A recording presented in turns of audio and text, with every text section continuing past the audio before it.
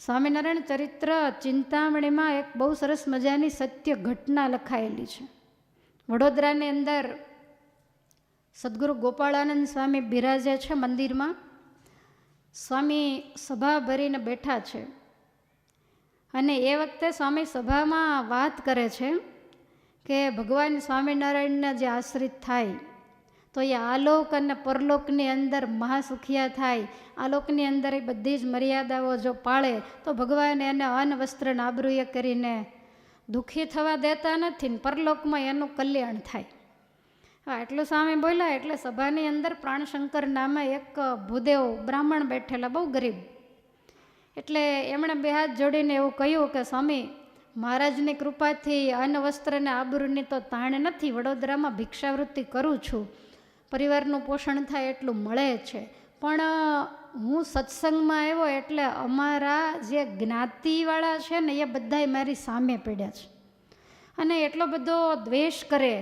મારી દીકરી એક યુવાન થઈ છે તો એના માટે 2-4 જગ્યાએથી માગા પણ આવ્યા છે, પણ જ્ઞાતિજનોએ એને ચડાવ્યા કે આ સ્વામિનારાયણનો સત્સંગી છે, આપણી જ્ઞાતિવરામાં ક્યાંય ભોજન આતે કાંઈ કરતો નથી, તો આને જે દીકરી આની લે એણે પહેલાં એની પાસેથી 1000 રૂપિયાનું ઘરેણું પેરામણીમાં પહેલાં લેવાનું અને પછી લગ્ન કરવાના. હવે એ વખતે 1000 રૂપિયા એટલે અત્યારના તો કેટલા બધા થાય. એટલે સ્વામી, મારે તો ભિક્ષાવૃત્તિ કરું, મારી આગળ તો 100 રૂપિયાની પૂંજી નથી, એમાં 1000 રૂપિયા તો ક્યાંથી દેવા? અને દીકરી છે તો એને પરણાવ્યા વગેરે છૂટકો નથી. એટલે જ્ઞાતિજનોનો આવો સ્વામી થોડોક ઉપદ્રવ રહે છે. આવું જ્યાં કીધું ને તો સભામાં વ્રજલાલ શેઠ બેઠા હતા. એમણે કહ્યું કે જ્ઞાતિજનોનો ઉપદ્રવ તો અમારે રહે, દરેક જ્ઞાતિમાં આપણે આપણો ધર્મ મૂકી અને સ્વામિનારાયણ ભગવાનના આશ્રિત થયા એટલે આપણા નિયમ ધર્મ વર્તમાન આ બધું થોડુંક જુદું હોય એટલે લોકોને બહુ ગમે નહીં, એટલે અમારે એવું રહે છે. તો સ્વામી કહે છે કે આપણે તો અહીંયા વણિકોમાં ખૂબ સારો સત્સંગ છે શેઠ, તોય તમારી જ્ઞાતિમાં ઉપદ્રવ છે? તો કે આમ જ્ઞાતિમાં એવો ઉપદ્રવ નથી, પણ અમારી જ્ઞાતિમાં હમણાં પિતાંબર કરીને એક વણિક છે અને એટલો બધો દુષ્ટબુદ્ધિવાળો, એની પાસે રૂપિયા તો કાંઈ હતા નહીં, પણ સ્વામી જ્યાં ગૌશાળાનું મળે તોય એમાંથી થોડાક રૂપિયા ઓળવી લે. કોઈ પણ જગ્યાએથી સદાવ્રત ચાલતા હોય તો એમાંય પોતે મોટો થઈને બધું લખવા બેસે અને છાની રીતે 25-50 રૂપિયા શેરવી લે. એટલે આવી રીતે બ્રાહ્મણોના તો એણે સ્વામી બહુ રૂપિયા લીધા છે અને 1000 રૂપિયાની મૂડી છે, પણ આખા વડોદરામાં ઊંચો થઈને ચાલે છે અને લોકોને એટલા બધા પીડે, કાયમ તમામ દેવદેવીઓની નિંદા કરે, બિલકુલ નાસ્તિક. અને કોઈનું પણ એને પડાવી લેવું હોય, કોકને આંસુ પડાવવા, એ તો એને ડાબા હાથનો ખેલ, આટલો બધો દુષ્ટ છે. એટલે સ્વામીએ કીધું કે ભાઈ કળિયુગનો સમય છે અને પૂર્વના કંઈક એવા કર્મ હોય એને સવળી વાત ન સમજાય, પણ વ્રજલાલભાઈ અણહકનું લેવું એ તો બહુ મોટું દુઃખ ભોગવવાના દિવસો આવે.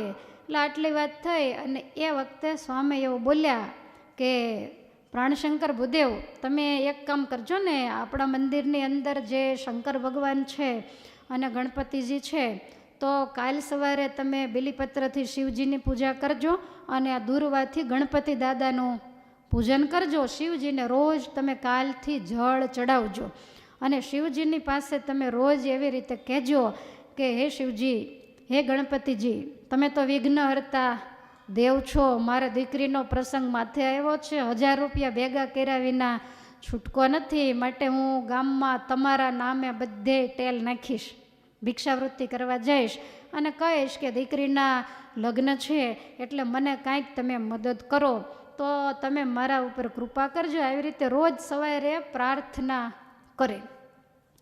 હવે સવારમાં પૂજન કરી અને પછી સ્વામીની પાસે ગયા અને સ્વામીને કહે છે કે હું આજથી ટેલ નાખવાનું ચાલુ કરું છું. સ્વામી કે તમે એક કામ કરજો ને, કાલે પહેલાં વ્રજલાલ શેઠ કહેતા હતા ને પહેલાં પીતાંબર વાણિયાનું, તો એના ઘર પાસે વધારે ફરવું તમારે, ત્યાં ટેલ તમારે વધારે નાખવી. હા કે છે કાંઈ વાંધો નહીં. એટલે સવારથી જાય અને શેરીમાં પ્રવેશ કરે તો એવું બોલે કે હે વિઘ્ન વિનાયક દેવ, હે શંકર ભગવાન, મને 1000 રૂપિયા મારી જોડીમાં દીકરીના લગ્ન માટે અપાવો, એટલા માટે હું શિવજી ગણપતિના કહેવાથી ટેલ નાખવા નીકળ્યો છું. લોકોને આવું બધું કે.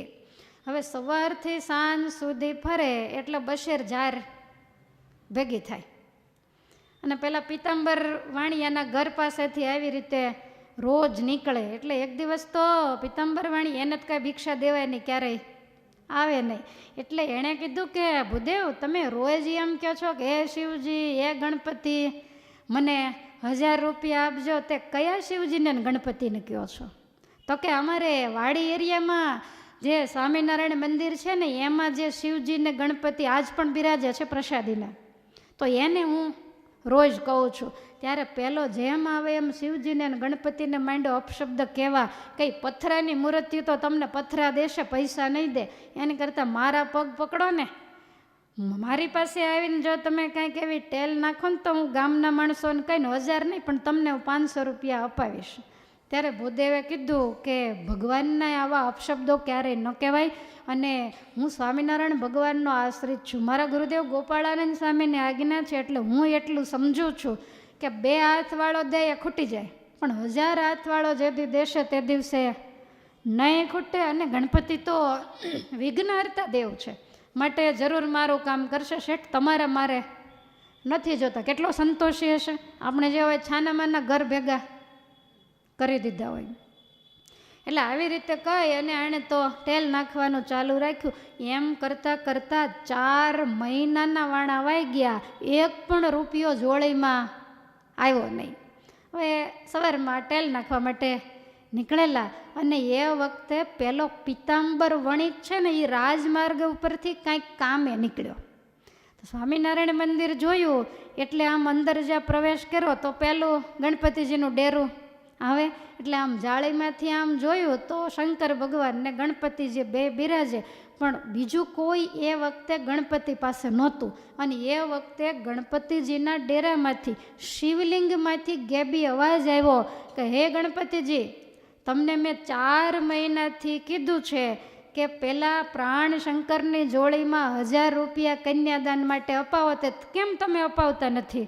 ત્યાં ગણપતિની મૂર્તિમાંથી અવાજ આવ્યો કે તમારી આજ્ઞા નહોતી, આજ તમે આજ્ઞા કરી, આવતીકાલે સાંજ પડે ત્યાં પ્રાણ શંકરની જોડીમાં 1000 રૂપિયા આવી જશે. શંકર ભગવાન કે પાકું? તો કે બિલકુલ પાકું, આમાં સહેજ પણ ફેર નહીં પડે. હવે આ શબ્દને ઓલા પિતાંબરે કાનો કાન સાંભળ્યા, અને લેવાની વૃત્તિ તો હતી જ જેનું તેનું પડાવી લેવાની. એટલે આને મનમાં એમ થયું કે મૂર્તિ બોલી એટલે કાંઈ ખોટું તો ન જ હોય. હવે 1000 રૂપિયા પડાવવાનો તો મેળ નહીં આવે, પણ 500નો મેળ આવે ને તો ભૂદેવના 500 પડાવી લો. આવી મેલી મુરાદ. અને પ્રાણશંકરને બિચારાને ખબર નહોતી કે શિવજીને ગણપતિ શું બોલાય, એ તો ટેલ નાખવા ગયા હતા. હવે આવું વિચારી અને સાંજે પોતાના ઘેર આવીને બેઠેલો પ્રાણશંકર બધે ટેલ નાખીને એને ઘેર ગયા. એટલે જઈ એના ઘરે જઈને બોલાય ભૂદેવ આવો ને મારા ઘેર થોડુંક કામ છે. આને બિચારાને એમ કે કંઈક દેશે. એટલે ભૂદેવ ગયા પિતાંબર શેઠના ઘરે અને એને એવું કીધું કે ભિક્ષાવૃત્તિ કરો છો, શું મળે છે? તો કે જાર મળે અને એમાં હું ગુજરાન ચલાવું છું ને, એ જાજી નહીં બશેર અનાજ મળે. તો કે પણ તમે એક કામ કરો ને, તમારા દીકરી પરણાવી છે ને? તો કે હા. તો કે તમે આવતીકાલે તમારી જોડીમાં સવારથી સાંજ સુધીમાં જે આવે ને બધું જો તમે મને આપી દો તો હું તમને 500 રૂપિયા દઉં. એટલે એને એમ કે 1000 આવશે એટલે તોય મારે 500. તમે જુઓ બુદ્ધિ કેવી વાપરી, સહેજ પણ જેને કુદરતને બીક નથી. એટલે આવું કહ્યું એટલે પ્રાણશંકર કહે છે પણ શેઠ તમે ભૂલ ખાઓ છો, હું વર્ષોથી ભિક્ષા માગું છું, મારી જોડીમાં 500 રૂપિયા કોણ નાખે? પણ આ કે નાખે તો તારે શું વાંધો છે, હું આપીશ તને. તારે જોડીમાં બશેર જુવાર આવે ને તોય તું તાર મને દઈ દેવાની. ભૂદેવ કે તો કંઈ વાંધો નહીં. વણિયાને એમ થયું કે આનું કાંઈ નક્કી નહીં, 1000 રૂપિયા આવે પછી મને પૂછવાય આવે નહીં. એટલે એણે કહ્યું કે હું તને લખાણ કરી દઉં. તો કે કરી દો ને. એટલે તરત જ 2 ડાયા સજ્જન માણસોને બોલાવ્યા અને કાગળની અંદર લખાણ કર્યું કે આવતીકાલે સવારથી દિવસ આથમે ત્યાં સુધીમાં આ પ્રાણશંકરની જોડીમાં જે આવે એ જોડી એણે મને આપી દેવી, અને એ મને જોડી સોંપે એટલે હું એને 500 રૂપિયા રોકડા આપીશ. એ બંને સાક્ષીઓની સહી કરી, પ્રાણશંકરની સહી, પિતાંબર શેઠની સહી કરી, 2 ચિઠ્ઠી બનાવી. એક પ્રાણશંકરને આપી અને એક આ કોઈ બે ગાલ વચ્ચેથી નીકળેલી વાત નથી, સત્ય બનેલી ઘટના છે. અનિતિનું ને અણહકનું છે, એનાથી શું દશા થાય એ હું તમને બતાવી રહી છું. હવે આ ચિઠ્ઠી તો એણે પેલા ગમચા સાથે બાંધી કે કાંઈ વાંધો નહીં, અને પેલા સજ્જનો હતા એણે પ્રાણશંકરને કીધું કે જ્યારે સાંજે તમે બે ભેગા થાવ ત્યારે પાછા અમને બોલાવજો. હવે આ તો નીકળી ગયા અને પહેલાં એક ચિઠ્ઠી રાખી અને આ તો સવારનો મોટી જબ્બર કોથળી તૈયાર કરીને બેઠો, કારણ કે એ વખતે નગદ નાણું હતું, રોકડા રૂપિયા આવે ક્યારે સાંજ પડે અને ક્યારે મને 1000 રૂપિયા મળે એ રાહ જોઈને બેઠેલો. ને આ સવારથી સાંજ સુધી બધે ટેલ નાખે તો વળી પાછી બશેર જાર ભેગી થઈ, 1 રૂપિયો નહીં, એક આનોય કોઈએ દીધો નહીં. સાંજે આ વણિકના ઘેર આવ્યા ને આ તો આમ જોળી પોળી કરીને જ બેઠેલો, એટલે આણે તરત જ જોળી મૂકીને આમ જ્યાં જોયું તો કે આ શું, તો કે જુવાર, મેં તો તમને કીધું જ તું ને કે મને વર્ષોથી આટલું જ મળે છે. એટલે ઓલાને એક દંડો શ્વાસ જાણે મોત આવી ગયો હોય એમ પરસેવે રેબ જેબ થઈ ગયો, અને ગણપતિને જેને આવે એને જેમ તેમ માંડ્યો કહેવા, અને બોલ્યો કે મને એમ થાય છે ગણપતિને મારી નાખું, પ્રાણશંકરને મારી નાખું. હવે આને કાંઈ બોલવાનો વિવેક રહ્યો નહીં. હવે આ બાજુ પ્રાણશંકર કહે છે કે ભાઈ આપણે તો જે લખાણ થયું હતું મેં તો તમને 10 વાર કીધું કે મારી જોડીમાં જારથી વધારે કંઈ નહીં આવે, છતાંય તમે લખાયું. આ કહે છે કે રૂપિયોય નહીં મળે. આ કે એવું થોડું ચાલે. તરત ઓલા બે સાક્ષીને બોલાવ્યા અને પ્રાણશંકરે કહ્યું કે આ મારી જોડી અમને અર્પણ 500 રૂપિયા મને આપે એટલે મારે પછી સંધ્યાવંદન કરવાનું મોડું થાય, મારે ઘરે જવું છે.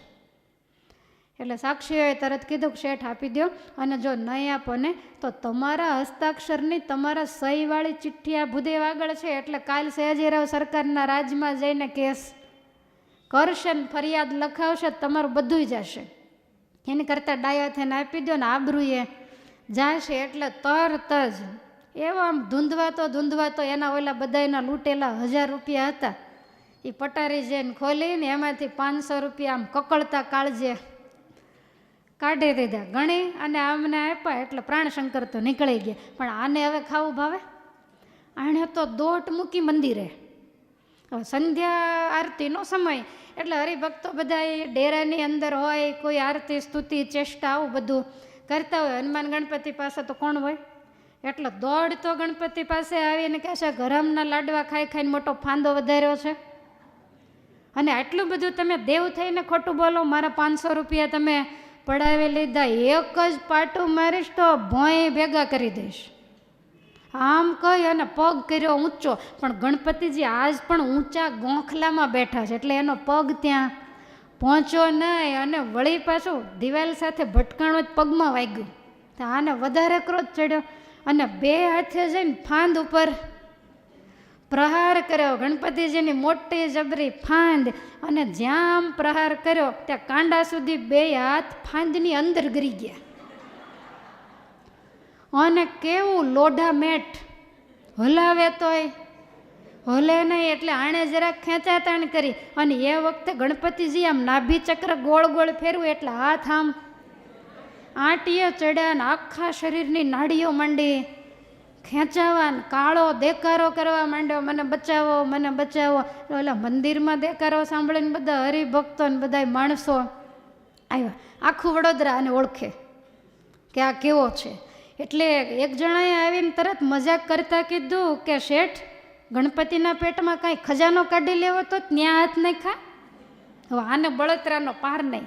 ત્યાં બીજો કહે છે ખજાનો નહીં, ગણપતિ દાદા લાડુ જમે ને તે શેઠને એમ કે બધેથી તો લીધું, આના પેટમાંથી લાડવા બારા કાઢી લઉં. બીજા કહે છે કે હવે જેનું તેનું રામનું ભેગું કરે છે, ગણપતિ દાદાએ આને દંડ દીધો લાગે. બધાએ જેમ તેમ માંડ્યા બોલવા. ડાયા હરિભક્તો હતા એ કહે છે કે આને મર્મવેણ ન બોલાય, આ બચારો અત્યારે હેરાન થાય છે. તો 2-4 હરિભગત ભેગા થઈને આમાં હાથ ખેંચે, જેટલા હાથ ખેંચે એટલા હોજા ચડી ગયા. અને હાથ બિલકુલ ઉમળાઈ ગયા, આખા શરીરની નસો ખેંચે. 3 કલાક આવી રીતે ગણપતિના પેટમાં એના હાથ ચોટેલા રહ્યા.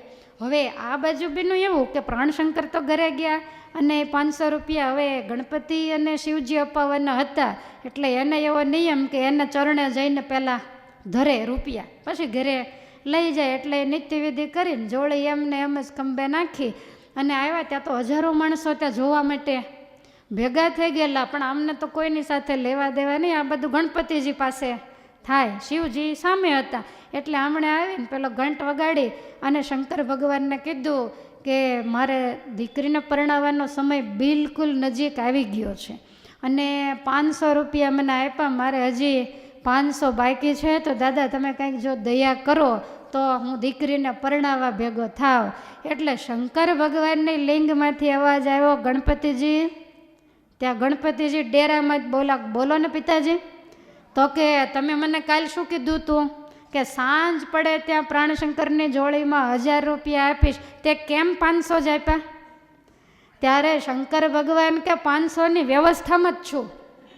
ગણપતિ દાદા કે 500 આપ્યા છે અને આણે દુનિયાને ધૂતીને ભેગા કર્યા છે અને મારા પેટમાં લાત મારવા ગયો, પણ હવે જો એ બીજા 500 રૂપિયા ઘરે પડ્યા એ લાવીને આપે અને પ્રાણશંકરની જોડીમાં નાખે તો જ બે હાથ છૂટા થવાના, નહીંતર આઈને મરવાનો છે.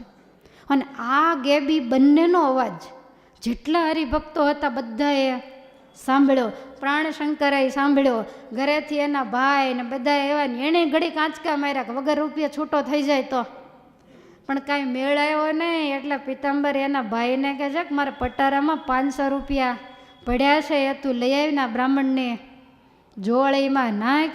એટલે લઈ આવી અને વળી પાછા ભૂદેવની જોળીમાં નાખ્યા. એટલે શિવજીએ ગેબી અવાજ અંદરથી કર્યો, ભૂદેવ હવે રાજી ને? ભૂદેવ કે હા, એ તો રૂપિયા લઈને ગયા, પણ આણે જ્યાં રૂપિયા ભૂદેવની જોળીમાં નાખ્યા અને પેલો આમ આંચકા તો મારતો જ તો, અને એમાં ગણપતિએ જે છૂટો મૂક્યો માથું ભટકાણો દિવાલ સાથે, લોહી લુહાણ થઈ ગયો. પછી તો બેભાન થઈ ગયો માથું ભટકાયું એટલે.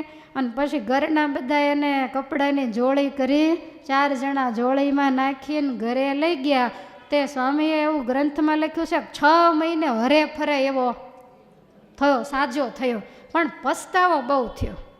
એટલે પછી આવીને સ્વામી પાસે વર્તમાન ધરાવ્યા ને માફી માગીને સારો સત્સંગી થયો. પછી સભામાં બેઠો એટલે સ્વામીએ સભામાં વાત કરી કે હે હરિભક્તો, ઓછું મળે તો ઓછું ખાવું, અડધો મળે તો અડધો ખાવો, પણ કોઈનું અણહકનું ક્યારેય પણ પચાવવું નહીં. અને અણહકનું જો પચાવી પાડશો તો એ મૂળગી તમારી મૂડી લઈને જાશે. એટલે ગોસ્વામીજીએ કહ્યું કે અનિતિ સે ધન હોત હે વર્ષ 5 के 7, તુલસી 12 વર્ષ મેં જડ મૂળ સે.